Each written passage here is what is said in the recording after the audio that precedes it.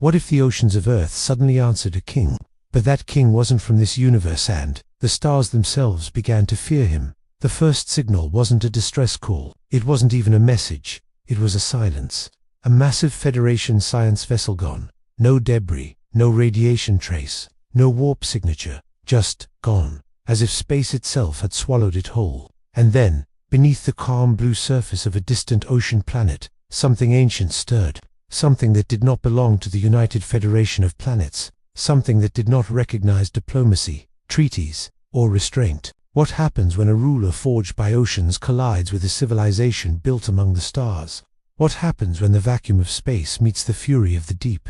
And more importantly, who survives when a king refuses to bow? The answer begins with a ripple no one saw coming. What if the Enterprise arrived too late to stop the awakening, but just in time to witness the consequences? The USS Enterprise drifted into orbit like a silent guardian, its massive hull reflecting the soft glow of the planet below. Captain Jean-Luc Picard stood at the observation deck, hands clasped behind his back, his expression carved from concern and curiosity. "Report," Picard said calmly. Data's golden eyes flickered as he processed incoming readings. "Captain, the planet designated Pelagianine was previously classified as an oceanic world with minimal tectonic activity. However, scans now indicate anomalous energy surges originating from beneath the crust." "Natural phenomenon?" Riker asked. Data tilted his head slightly. "Unlikely. The energy patterns are structured, almost intentional." A beat of silence passed across the bridge. Then Worf spoke, his voice low. "Weapons systems on the missing vessel were fully armed before its disappearance. They fired at something." Picard turned slowly. "And yet, nothing remains." Below them, the ocean shimmered unnaturally. Waves began to spiral inward, forming a massive vortex miles wide. The crew watched as the sea itself bent to an unseen will. Then, like a god emerging from myth, he rose. A figure ascended from the heart of the storm, water cascading from his body as though it obeyed him. His eyes burned with defiance. His presence radiated authority so absolute it felt like gravity itself had shifted. "Impossible," whispered Troy, sensing the overwhelming force of will emanating from below. "He's not just alive, he's commanding the entire ocean. Namor, the King of Atlantis." But this was not his world. And as his gaze lifted toward the stars, toward the Enterprise, there was no confusion, only challenge. "Captain," Data said quietly, "the entity is aware of us." Picard's jaw tightened. Open hailing frequencies. A crackle of static. "Then I am Namor." The voice echoed across every system, deep and resonant, as though carried by the ocean itself. "King of the seas, you trespass upon waters that now belong to me." Riker exchanged a glance with Picard. "He thinks the entire planet is his kingdom." Picard stepped forward. "This is Captain Jean-Luc Picard, of the Federation starship Enterprise. We mean no harm.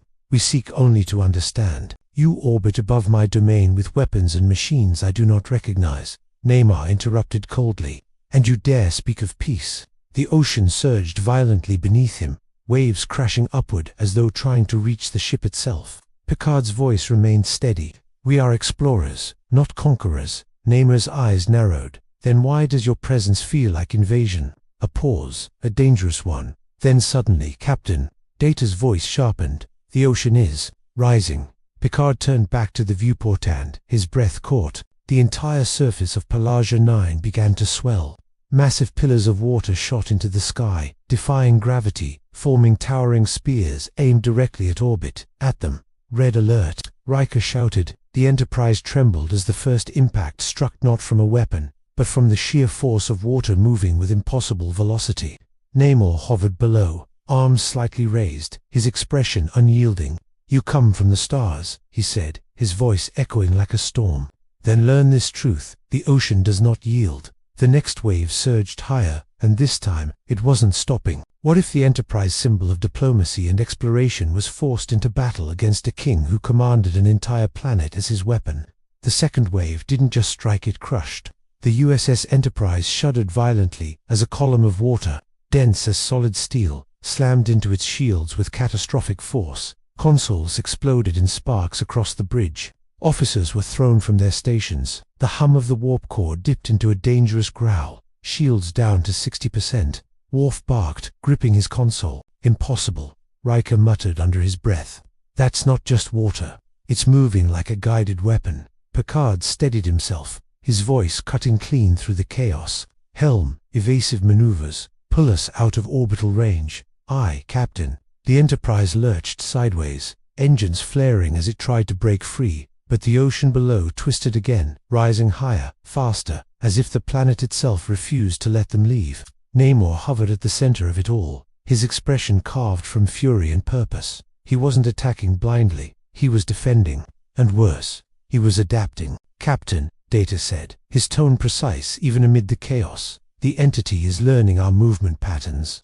The next strike will intercept our current escape vector. Picard's eyes narrowed. Then we change the rules. He stepped forward. Open a channel. Riker blinked. Captain, with respect, he's trying to destroy us. And if we respond with weapons, Number 1, Picard replied sharply. We confirm his fears. A tense beat passed. Channel open.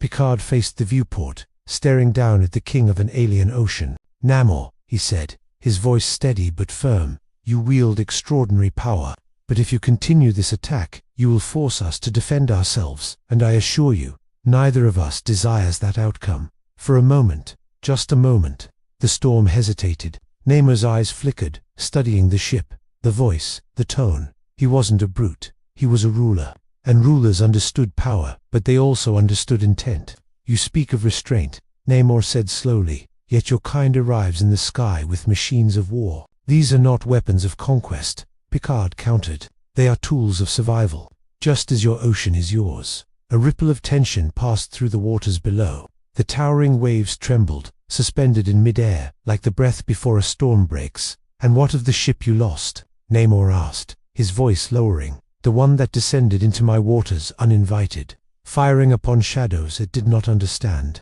The bridge fell silent. Picard exchanged a glance with Data. You encountered our vessel? Picard asked carefully. Namor's gaze darkened. It came like a blade through the deep. It woke something older than your stars, older than my throne. A chill ran through the bridge.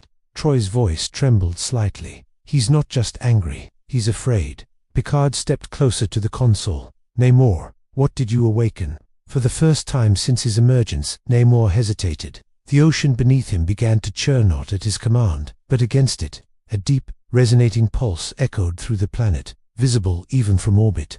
The water darkened, shifting from blue to an unnatural, abyssal black. Data's voice cut in, urgent. Captain, I am detecting a massive energy signature beneath the planet's core. It is increasing exponentially. Worf turned sharply. Another life form. No, Data said quietly. Something far more complex. Namor clenched his fists, his control over the ocean faltering for the first time. It is not of my world, he said, nor yours. The surface of Pelagonine split open, not with fire, but with darkness. A colossal shape moved beneath the ocean, vast, ancient, and impossibly deep. The water around it warped, bending light, distorting reality itself. It wasn't just a creature, it was a presence, a void, within the ocean.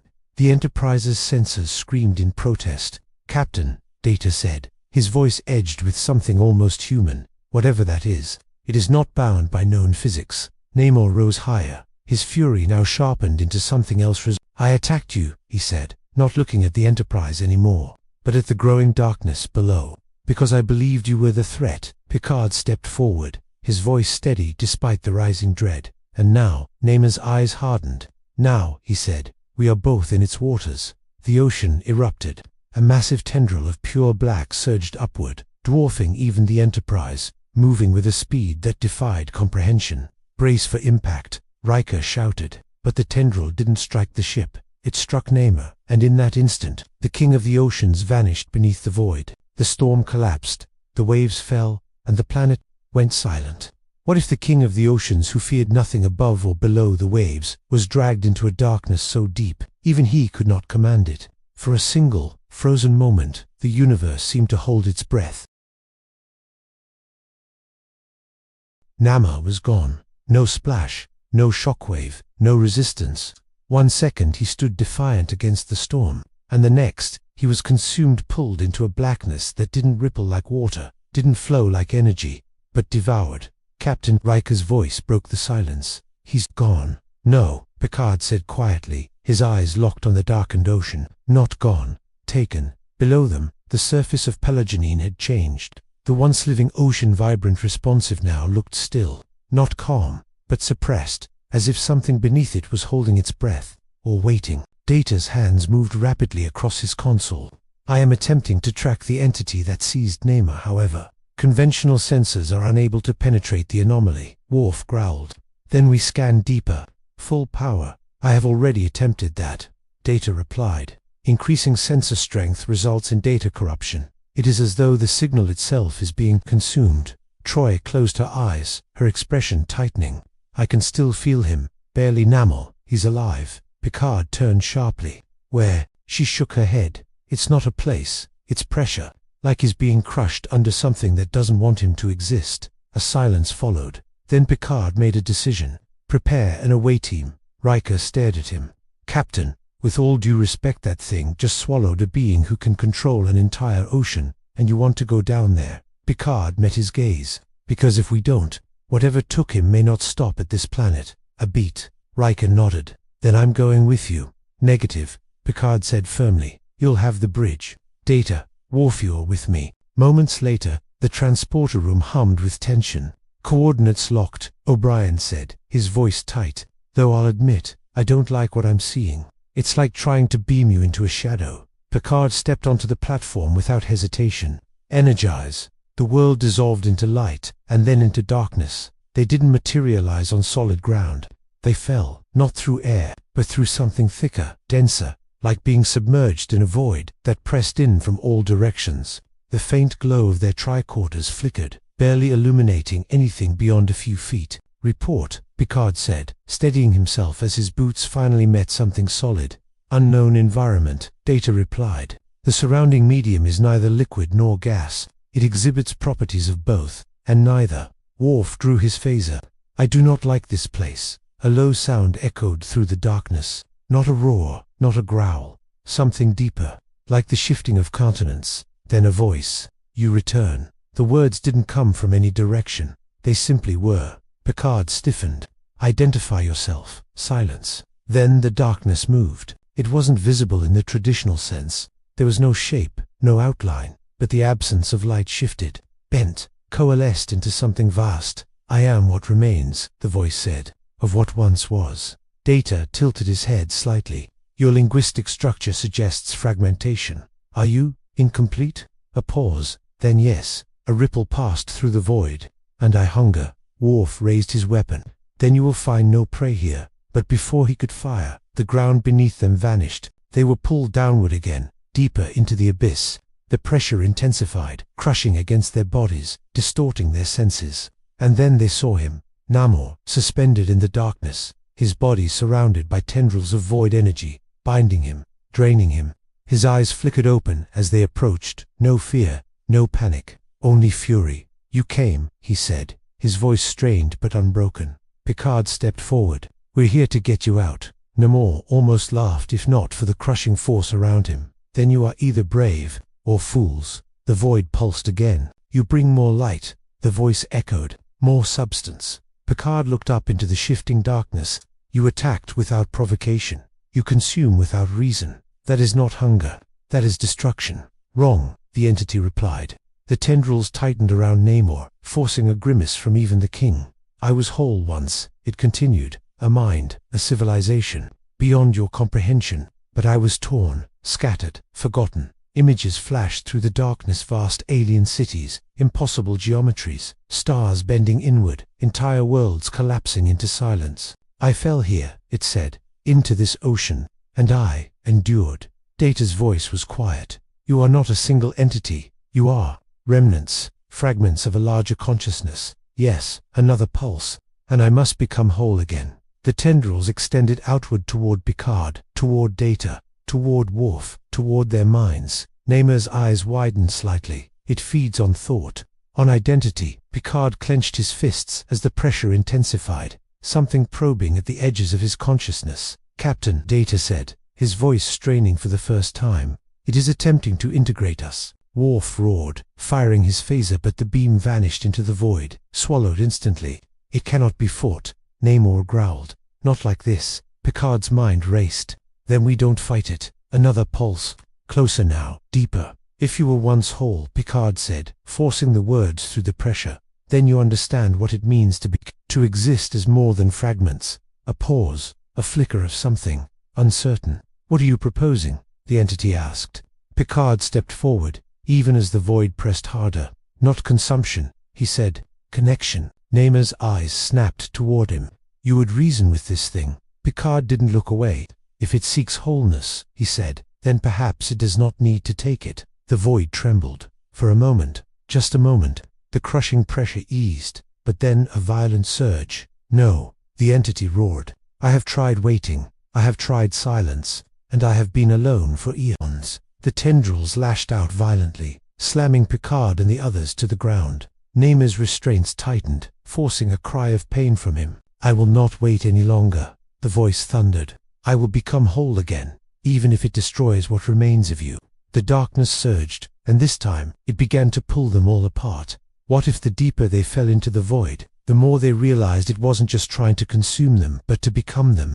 The pressure didn't just crush their bodies anymore. It reached inside. Picard felt at first a subtle intrusion, like a whisper threading through his thoughts. Memories flickered unbidden. His childhood in La Barre, the vineyard, his first command. Faces long gone, regrets carefully buried. And then they began to slip. Captain. Data's voice echoed, distant, distorted. It is accessing neural pathways. It is not merely observing, it's replicating. Worf dropped to one knee, gripping his head as he growled through clenched teeth. It seeks to steal our honor, our minds. Namor strained against the tendrils binding him, muscles trembling with defiance. It is not stealing, he said, his voice cutting through the chaos. It is rebuilding itself, piece by piece. Another violent pulse surged through the void, and suddenly, they weren't standing in darkness anymore.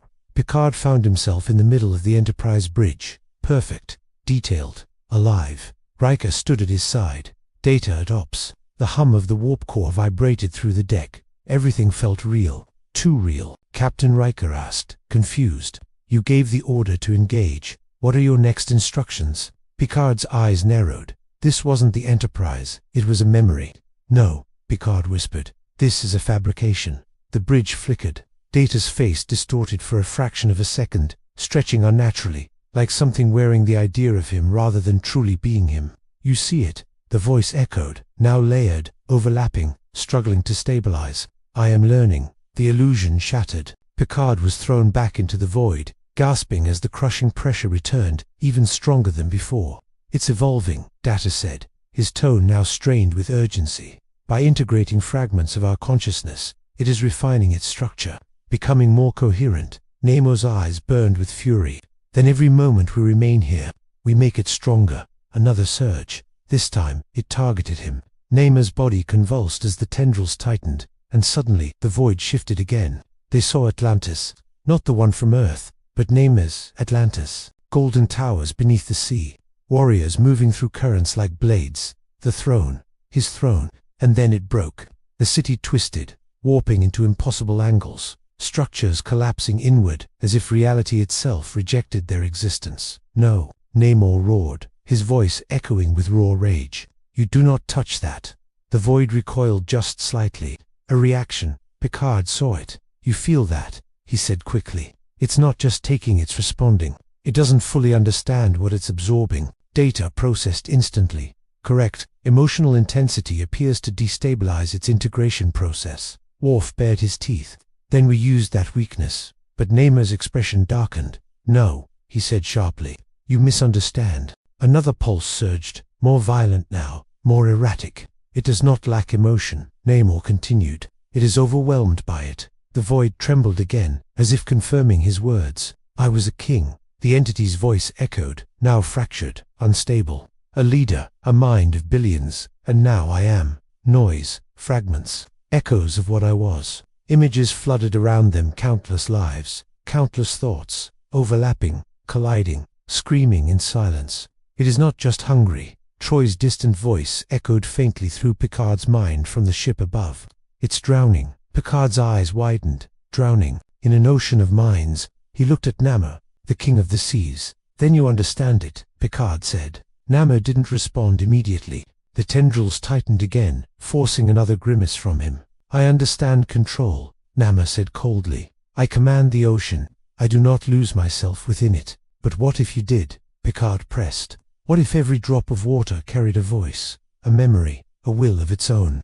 A pause, a dangerous one. Namor's expression shifted just slightly. For the first time, there was recognition. The void pulsed again, violently now, as if reacting to the conversation itself. I cannot stop, it roared. If I stop, I fragment again, I disappear.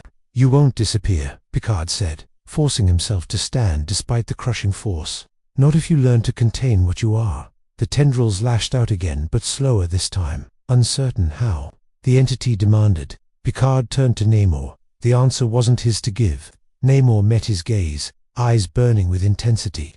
You are asking me, Namor said slowly, to teach a god how to rule itself. Picard didn't flinch. I'm asking you, he said, to save a world you now claim as your own. Silence fell, heavy, crushing, infinite. Namor looked around at the void, the chaos, the fragments, the overwhelming flood of existence without order, and then he closed his eyes.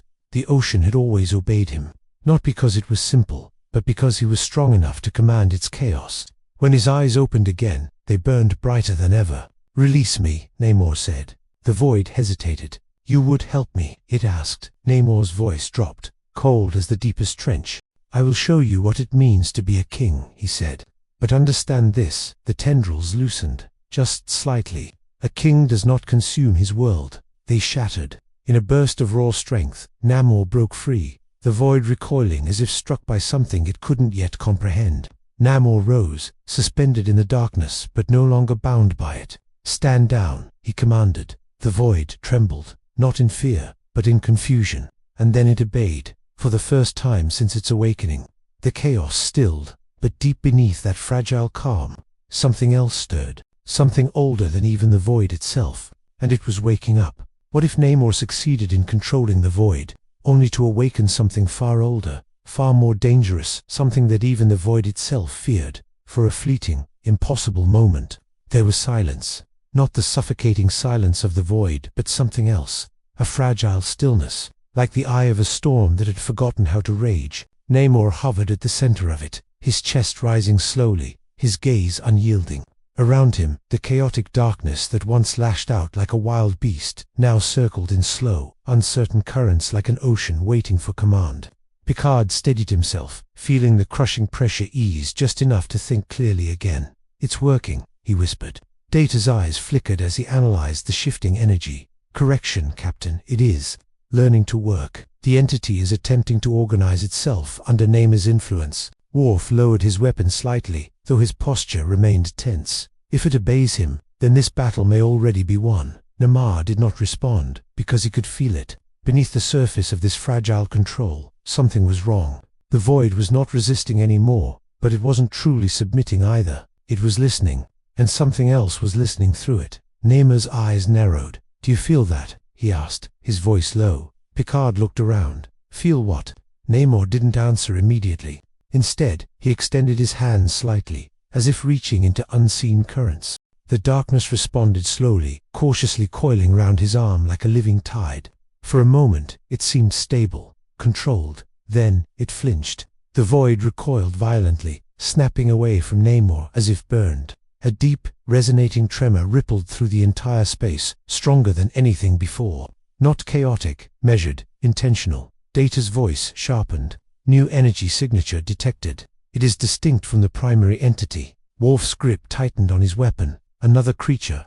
No, Data replied, his tone uncharacteristically tense. Not another. Something beneath it. Namor's expression darkened. The ocean has layers, he said quietly. Even I do not command its deepest depths. Another tremor, stronger.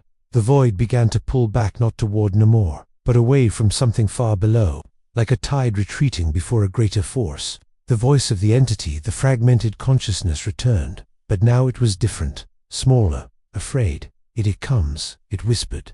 Picard stepped forward. What comes? The answer did not come in words. It came in absence. The darkness below them didn't ripple. It didn't move. It simply erased. A section of the void collapsed inward, not violently, but cleanly, like a piece of reality had been cut away. And from that absence, something emerged. No shape, no form, no energy signature, just a presence so vast, so utterly incomprehensible, that even Data's systems faltered. "I cannot quantify it," Data said, his voice flickering. "It does not register as matter, energy, or any known state." Worf took a step back. For the first time, the Klingon looked uncertain. Namor's jaw tightened. "This," he said slowly, "is not part of the ocean." The void recoiled further, its fragmented voice now trembling. "It is the end," it whispered. The silence after thought, the stillness after existence. Picard felt it too, now not as pressure, but as absence. A creeping sense that something fundamental was being stripped away. Not just from the environment, but from them. "What is it?" Picard demanded. The entity answered with a single word: oblivion. The name alone seemed to distort the space around them. Namor's eyes burned with defiance. "Then it will learn, as you have learned." But even as he said it, he knew this was different. The void had been broken, fragmented, desperate. This thing was not broken. It was complete, and it did not hunger. It did not think. It did not feel. It simply was. The absence spread further, swallowing more of the surrounding void. The fragmented entity screamed not in sound, but in collapsing structure, as pieces of its existence were erased entirely. "No," it cried, "I will not return to nothing." Namor surged forward, raising his hand, forcing the surrounding void to stabilize. "Hold together," he commanded. "You will not fall." For a moment it worked. The void resisted, stabilizing under his will, forming a barrier against the advancing absence. But the effort cost him. Picard saw it immediately. "He's struggling." Data nodded. "The scale of control required exceeds even his capabilities." Namor gritted his teeth, every muscle straining as he held the collapsing reality at bay. "I will not yield," he growled.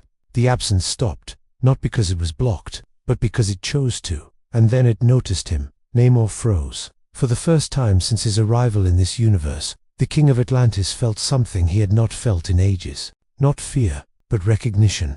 The absence shifted subtly, impossibly focusing on him, not his body, not his power, but his existence. And then it moved. Not fast, not violently, but inevitably. Toward him. Picard stepped forward instinctively. Namor fell back. Namor didn't move, because he understood something in that moment.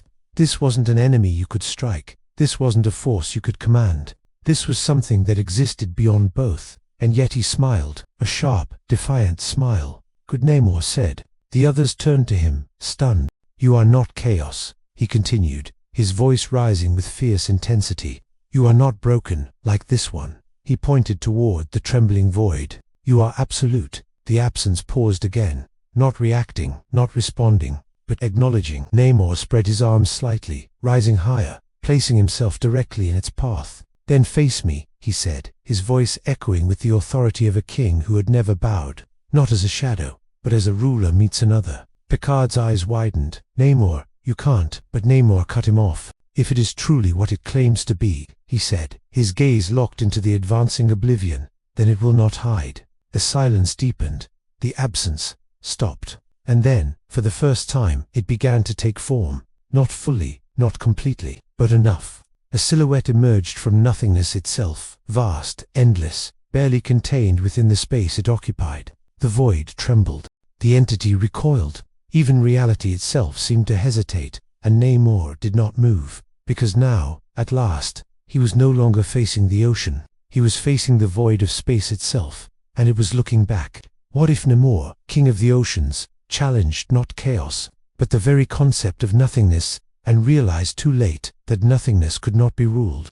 The shape before them was not a body, not truly. It was a suggestion of existency in outline drawn in the absence of reality itself.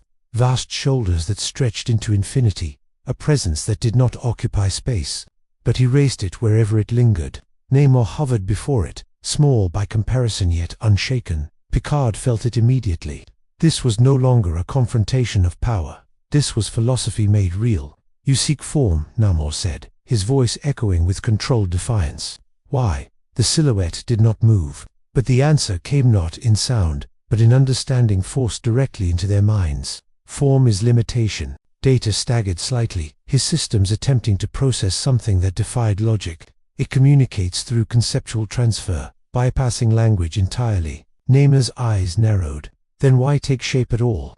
A pause, a ripple in the absence. To be seen is to define. Picard's breath caught. It wasn't just responding, it was learning how to be perceived. Namor smirked faintly. Then you are not beyond us, he said. You are adapting to us. The presence shifted subtly, but unmistakably. And you, it returned, are resisting what you cannot command. That struck deeper than any physical blow. Namor's expression hardened.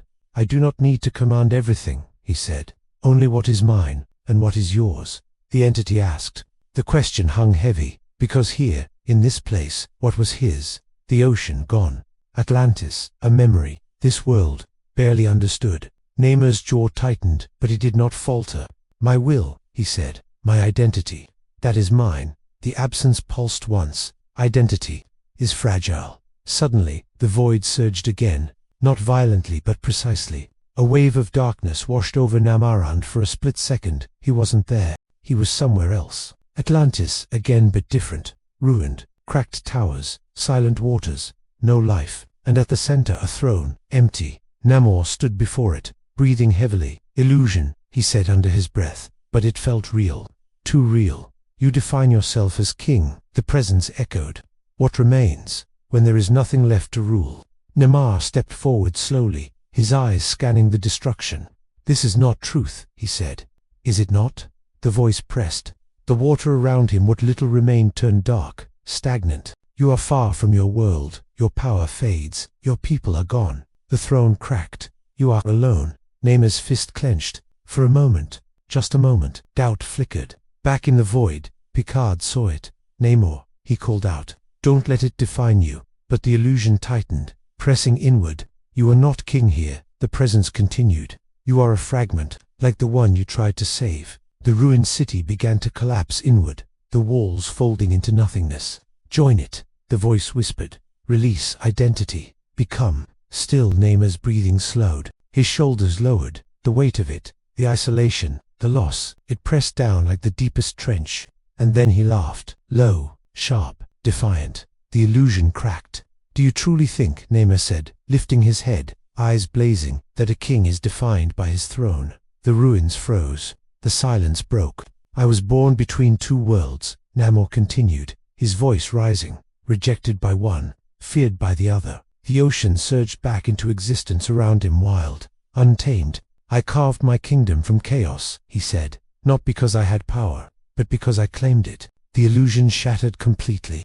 Namor burst back into the void, energy rippling outward from him as the tendrils recoiled. You do not understand identity, he said, pointing directly at the towering silhouette, because you have none. The presence stilled, not in anger, but in consideration. Picard stepped forward, seizing the moment. You seek wholeness, he said, but you mistake it for absence. You think removing difference will make you complete. Data added, but individuality is not fragmentation. It is structure. The void, the fragmented entity, flickered behind them, unstable but listening. Namor's voice cut through them all. A king does not erase his people to become one, he said. He unites them. He gives them purpose. The silence deepened. The absence shifted slightly, its form becoming more defined, more focused. And what of conflict? It asked. Difference breeds division. Division breeds destruction. Namor stepped forward again, unflinching. Then you rule it, he said. You do not run from it. Another pause, longer this time. The void itself seemed to hold still, as if waiting. And if I choose not to? The presence asked. Namor smiled. Then you are not a king, he said. You are a coward hiding in nothingness. The words echoed. Even Worf looked stunned. The silhouette changed, not violently, but deeply. The absence around it began to ripple, not outward, but inward, as if something was forming, condensing, deciding. And then it moved closer, not to destroy, not to erase, but to engage. You challenge oblivion, it said. Namor didn't hesitate. I challenge anything that believes it is beyond challenge. The space between them collapsed slightly, reality bending under the weight of their confrontation. Picard felt it immediately. This is escalating. Data nodded. Yes, Captain, they are no longer communicating. They are defining each other. Namor raised his hand, the void responding instinctively now, swirling around him not as a weapon, but as an extension of will. The presence did the same, its form stabilizing, becoming more tangible, more present. Two forces, one born of identity, the other of its absence, and then they collided. Not with sound, not with light, but with something deeper, concept against concept, will against inevitability. And in that moment, the entire ocean of Pelagia 9 began to rise again, not from Namor, not from the void, but from something caught between them, something being born from their clash, and whatever it was neither king nor oblivion. What if the clash between Namor and oblivion didn't destroy the void, but created something entirely new, something neither of them could control? At first, no one understood what they were seeing. The collision between Namor's will and the vast, silent presence of oblivion didn't explode outward like a battle. It didn't tear the void apart, it folded it. Reality bent inward, compressing around the point where they met, not violently, but with terrifying precision. Like the universe itself was trying to resolve a contradiction it could not contain. Picard staggered as the space around him warped, his voice strained. "Data, what's happening?" Data's hands trembled slightly as streams of incomprehensible data flooded his systems. "Captain," the interaction between their opposing states' identity and non-identities, creating a third condition. Worf's grip tightened on his weapon. "Speak plainly." Data turned, his voice low. "Something new is forming." At the center of it all, Namor held his ground, his expression locked in fierce concentration. The void bent around him, responding to his will, but the presence before him was no longer simply resisting. It was changing. The silhouette of oblivion flickered, not weakening, not breaking but adapting, reshaping itself, as if absorbing not just Namor's power, but his concept. "You impose definition." The presence echoed, its voice now clearer, more structured. "You force boundaries where there were none." Namor's eyes burned. Without boundaries there is nothing, and with them there is conflict. Their energies surged again, colliding, intertwining, and then something emerged between them. At first it looked like a fracture, a thin shimmering line suspended in the void, cutting through darkness and presence alike. But it didn't spread randomly, it grew slowly, deliberately, like a thought taking shape. Picard stepped forward despite the instability around him. "That's not a weapon." Data nodded, transfixed. "No, Captain, it is synthesis." The line expanded into a form not solid, not fluid, but something in between. It reflected both light and absence, flickering between existence and non-existence in rapid, unstable pulses. Namor felt it immediately, and for the first time since he had risen from the ocean, his expression shifted. Not fear, but realization. "This," he said quietly, "was not meant to happen." The new entity pulsed once, and the effect was immediate. The void, the fragmented consciousness, stabilized slightly, its chaotic structure aligning in response to the new presence. At the same time, the advancing absence of oblivion paused, not forced, not resisted. It simply stopped, as if something had entered the equation that neither side could ignore. "What are you?" Picard asked, his voice barely above a whisper. The answer came differently than before, not as a voice, not as a concept, but as a feeling, a presence that wasn't empty, and wasn't full, it was balanced. Data's eyes widened. "It is integrating opposing states without collapsing into either." "That should be impossible." Namor stepped closer, cautious now. "It is neither ruler nor void." The entity pulsed again, and this time it reached out, not with tendrils, not with force, but with connection. A wave passed through the void, and suddenly everything became clear. Picard saw it first. Memories not his own flooded his mind. The fragmented entities passed, a vast civilization of thought, unified yet diverse, existing as a collective without losing individuality. Then its fall, torn apart by something it could not understand, reduced to fragments, lost in the ocean of Pelagianine. At the same time, Namor felt it, not as memory, but as weight. The burden of holding countless voices, the strain of maintaining identity while embracing unity, and even oblivion responded, not with emotion, but with recognition. The new entity stood between them, its form stabilizing further. "I am," it began, then stopped, as if even it did not yet fully understand what it was. Data spoke softly. "It is becoming self-aware." Worf frowned. "Another enemy." "No," Picard said, his eyes fixed on the being. "Something else." The entity pulsed again, stronger this time. "I am." The space between. Namor's gaze sharpened. "Between what?" The answer came immediately. "Between being and not being." The void trembled. Oblivion stilled, and for a moment everything aligned.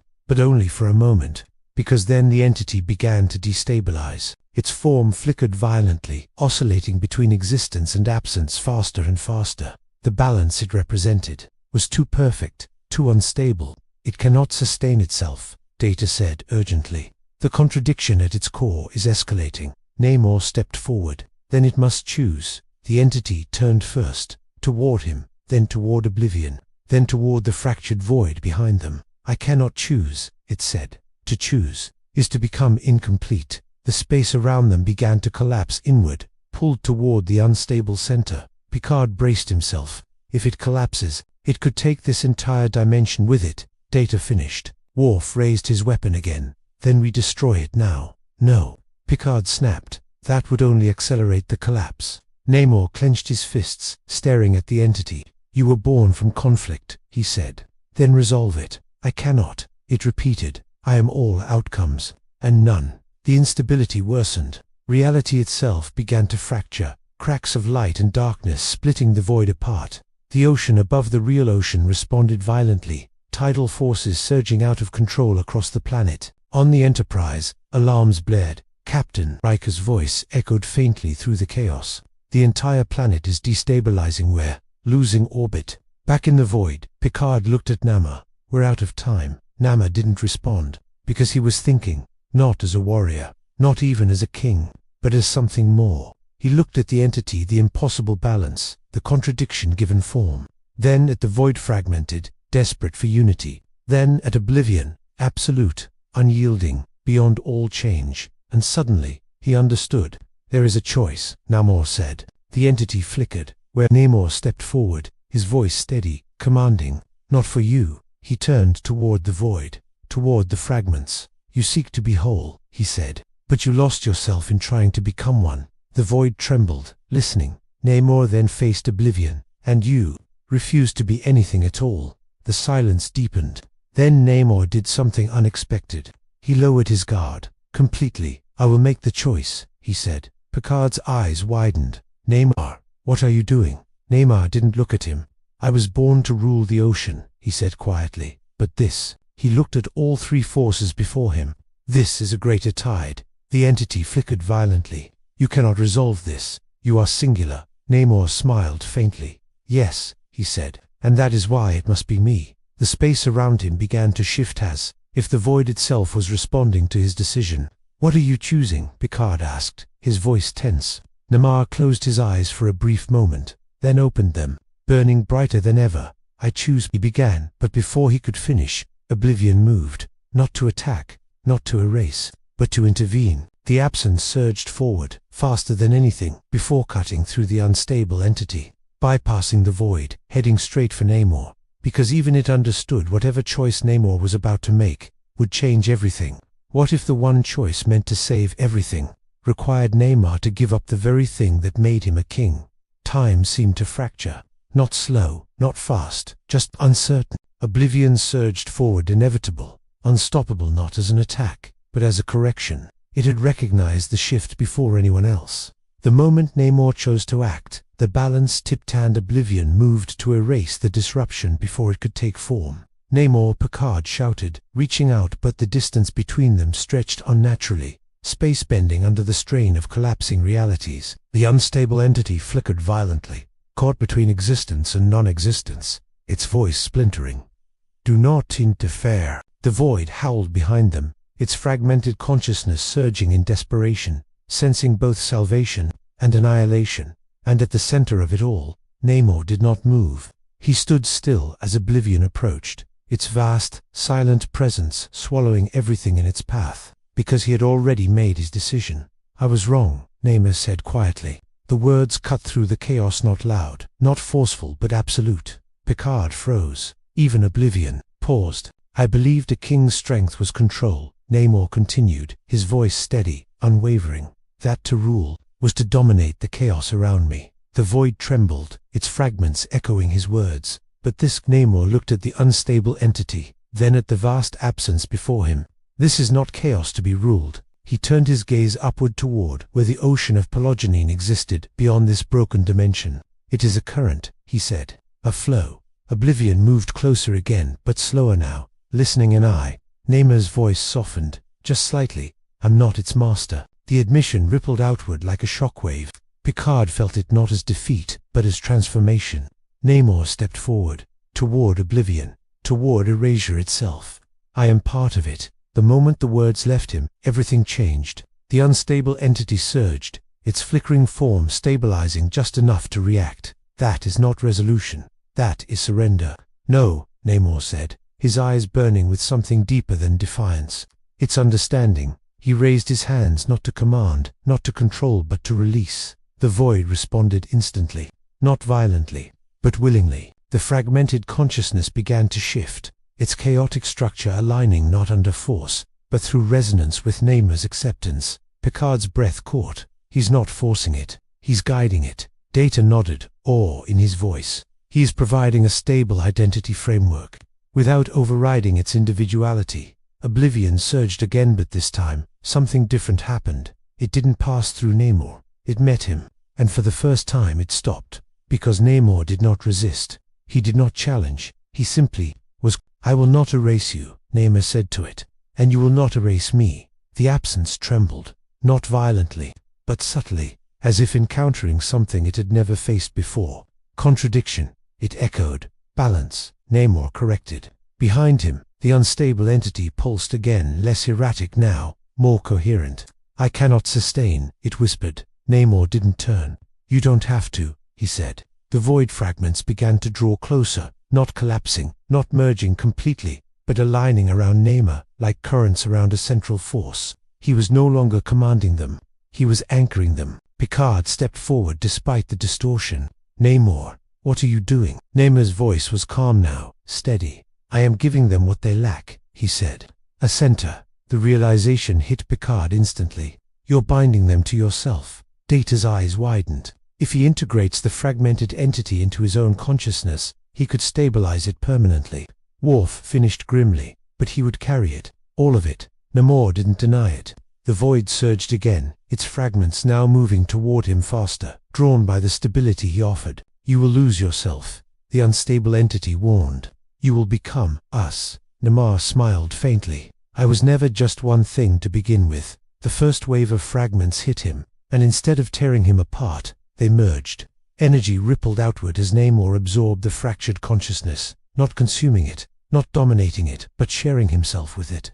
His body glowed faintly, outlines shifting as countless voices, thoughts, and memories passed through him. Picard felt the strain immediately. He can't hold that. Data shook his head. No biological mind could sustain such integration. But Namor wasn't just any mind. He was a king forged between worlds. And now, he was becoming something more. The unstable entity began to stabilize rapidly, its flickering form dissolving as its fragments found cohesion within Namor. I remember, it whispered. Atlantis, the ocean, the fall, the loss, all of it, now held within him. But oblivion still remained, watching, waiting. Namor turned to face it again, now changed his presence deeper, heavier, layered with countless identities. I have answered your question, he said. Identity is not weakness. The absence shifted. Nor is it necessity, it replied. Then we are at an impasse, Namor said. A pause, longer than any before. And then, oblivion moved, not forward, not to erase, but to withdraw. Slowly, the vast absence began to recede, its form dissolving back into pure nothingness. Not defeated, not destroyed, but satisfied. Balance. Acknowledged. It echoed faintly, and then it was gone. The pressure vanished instantly. The void stabilized completely. The fractures in reality sealed. Silence returned, but Namor remained at the center, changed. The glow around him dimmed slightly, but something within him had shifted permanently. Picard stepped forward cautiously. Namor didn't respond immediately, because inside him the voices were still there, not screaming, not chaotic, but present. A civilization reborn, within a single mind. He clenched his fists slightly, steadying himself. Then finally he looked up, and when he spoke, his voice carried more than just his own. It is done. But even as the words echoed, a faint ripple passed through the void, subtle, almost unnoticeable, like a distant echo of something that might one day return. What if saving the universe didn't end the conflict, but transformed Namor into something the stars themselves could never fully trust. Silence returned to Pelagia 9, not the unnatural silence of oblivion, not the suffocating stillness of the void, but something calmer. The ocean above settled into gentle motion once more, its surface glimmering under distant starlight. From orbit, the USS Enterprise held position, its systems stabilizing after the chaos that had nearly torn reality apart. Captain Riker's voice carried across the bridge, steady but cautious. "The planet's energy readings have normalized. Whatever happened down there, it's over." Picard didn't respond immediately, because he wasn't on the bridge. He stood once again within the strange dimension beneath the ocean, now no longer a fractured void, but something quieter. Dim currents of energy flowed like deep-sea tides, structured, stable, alive, and at the center of it all, Namor, but not as they had known him. He stood upright, unmoving, his presence heavier, deeper, like an ocean that now contained more than water. His eyes, once burning with singular defiance, now carried something layered, something vast. Picard stepped closer, carefully. "Namor, can you hear me?" A pause. Then Namor turned. "Yes," he said, but the voice that answered was not entirely his alone. It echoed faintly, as if other tones moved beneath it, quiet, restrained, but undeniably present. Data scanned him immediately. "Captain, his neural patterns have changed. They are no longer singular. Multiple consciousness streams are active simultaneously, yet synchronized." Worf narrowed his eyes. "Is he still himself?" Namor met his gaze. "Define myself," he said calmly. The question lingered, not as defiance, but as truth. Picard stepped forward again, studying him carefully. "Are you in control?" Another pause, but this time it was different. Namor closed his eyes briefly, and for a moment, the faint glow around him intensified, like countless thoughts aligning, settling, agreeing. Then he opened them again. "Yes," he said, a simple answer, but one that carried weight, because beneath it, Picard could feel it. He wasn't lying, but it wasn't the whole truth either. The dimension around them began to shift subtly, responding to Namor's presence, not violently, not unpredictably, but with a quiet, almost reverent order. "You stabilized it," Picard said. "All of it." Namor nodded once. "The fragments no longer fight each other." Data tilted his head. "Because they are unified within you." "Not unified," Namor corrected. "Aligned." The distinction mattered. Worf stepped closer, still wary. "And what of the entity, the one you absorbed?" Namor's expression darkened slightly, not with anger, but with depth. "It is not gone," he said. "It is remembered." Picard's eyes narrowed, meaning. Namor turned slightly, looking out into the vast, calm expanse around them. "It exists," he said, "but not as it did before. Its fragments are no longer lost, nor are they independent." He paused. "They are part of something greater." A beat of silence followed, because they all understood what he meant. Data spoke carefully. "Then you have become a collective." Namor's gaze shifted back to him. "Yes." Worf's grip tightened. "That is dangerous." Namor didn't argue. "It is power," he said simply. Picard stepped in, his tone firm. "Power without boundaries is exactly what nearly destroyed this world." Namor met his gaze directly. "And power without purpose is nothing at all." The tension between them sharpened, but only for a moment, because Picard saw it then. Beneath the layered presence, beneath the countless voices, Namor was still there, still choosing, still deciding. "You made a sacrifice," Picard said quietly. Namor's expression didn't change, but something in his eyes shifted. "I made a decision," he corrected. A faint rumble passed through the dimension, not unstable, but responsive, like the echo of that decision, still shaping everything around them. Picard took a breath. "Then what happens now?" he asked. Namor looked upward toward the ocean, toward the stars beyond it. "For them," he said, "peace, and for you." Picard pressed. Another pause, longer this time, because this was the question that mattered. Namor didn't answer immediately, because for the first time, he didn't fully know. "I remain," he said finally. "Here." Picard frowned slightly. "On this planet, in this space," Namor clarified. Data processed quickly. "You intend to act as a stabilizing force, a constant presence to maintain balance." Namor nodded. "Yes." Worf exhaled slowly. "A guardian." Namor's eyes flickered. "Or a prison," he said. The word hung in the air. Picard stepped closer. "You don't have to do this alone." Namor looked at him, and for a moment, just a moment, The weight of everything he now carried showed. "I do," he said quietly, "because no one else could." The silence that followed was not heavy. It was understood. Finally, Picard straightened. "Then the Federation will respect your domain," he said. "But we will also remain aware of it." Namor smirked faintly. "As you should." The faintest trace of his old defiance. Still there, still his. Picard allowed himself a small nod. "Goodbye, Namor."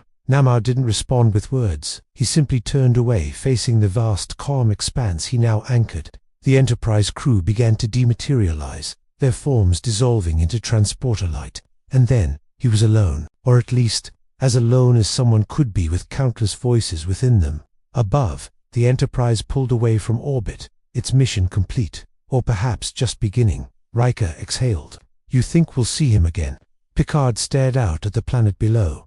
"Yes," he said quietly, "because something like that," he paused, "doesn't simply stay hidden." Back below, Namor stood at the center of a silent, endless ocean of thought. The fragments within him shifted calm, ordered, aware. But deep beneath even that newfound balance, a faint echo lingered. Not chaos, not void, but something unresolved. A whisper at the edge of existence, a reminder that even balance can be broken. Namor's eyes opened, slowly, and in their depths, for just a fraction of a second, there was something else looking back. Not him, not the fragments, but something watching, waiting. And then it was gone. The ocean stilled, the stars moved on, but somewhere between identity and oblivion, a new force had been born. Not a king, not a void, but something far more dangerous, something that could one day decide what existence itself should be. And when that day came, the universe would not be ready. The end.